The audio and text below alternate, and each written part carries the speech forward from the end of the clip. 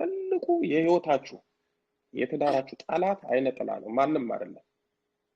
እግዚአብሔር ለአዳምና ለሔዋን ብዙ ተባዙ ብሏል። ትዳር መያዝ ጸጋ አይደለም፣ ልጅ መውለድም ጸጋ አይደለም፣ ትእዛዝ ነው። ጸጋ ማለት ስጦታ ነው፣ ተለፍቶ ተወጥቶ ተወርዶ የሚገኝ ነው።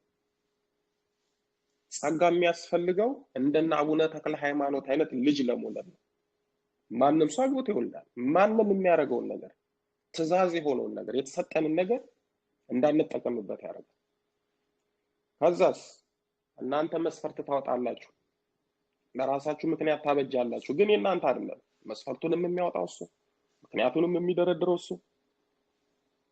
ሴቶቹን ምን ዘንድሮ እንዳለ ደሞ ለዘንድሮ ደሞ ለትዳር ዩኬ ላይ የማይነጥላው እኮ በስማ ህጉን ተጠቅሞ በሽፋን በደንብ ይጋባሉ፣ ይፋታሉ፣ ጊዜያዊ ጥቅም ያገኛሉ፣ ግን ዘላለማዊ ደስታና ህይወት ደግሞ ያጣሉ።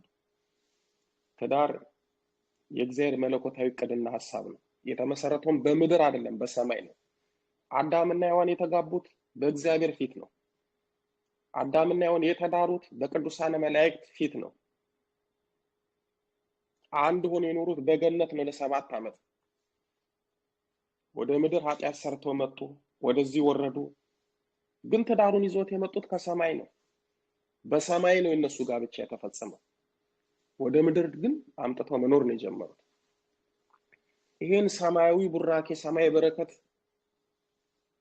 የእግዚአብሔር ቃል ትእዛዝ በእናንተ እንዳይፈጸም አጅሬ ገረግራል፣ ያሳጣል።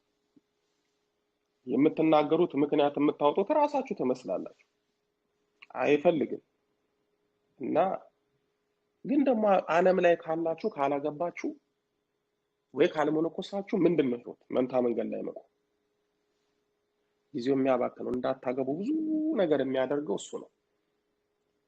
ችግሩ ደግሞ እሺ በቃ አይነ ጥላ ነው፣ እድሌም ዘግቶ ያለ ትዳር እንዳያስቀረኝ፣ አይ በቃ ይሄን ትምህርት ሰምቻለሁ ላግባ ደግሞ ስትሉ አጅሬ ደግሞ የራሱን ሶስት ስፖንሰር አድርጎ ያመጣል። ይሄ ነው ደግሞ ክፋቱ። አያገባለሁ ስትሉ ከደና ያገናኛችሁ፣ ትዳራችሁ የሚበጠብጥ፣ የሚያናውጥ፣ የሚበትን፣ ህይወታችሁን የሚያመሰቃቅል የራሱን ሰው ያመጣና አይነ ጥላው ላይ አይነ ጥላ ይጋባል። ከዛ በቃ እየበጠበጠ ይኖራል። ይሄም ደግሞ ወዳለ እንዲህ እንዳይሆን ጸሎት ማድረግ፣ መቀጥቀጥ፣ መጀመሪያ መንፈሱን መላቀቅ። ተጋብቶም ደግሞ ችግሩ ሲፈጠር እሱ መሆኑ ከታወቀ ደግሞ ቀጥቅጦ ማሸኘት፣ ህይወት ማስወጣት።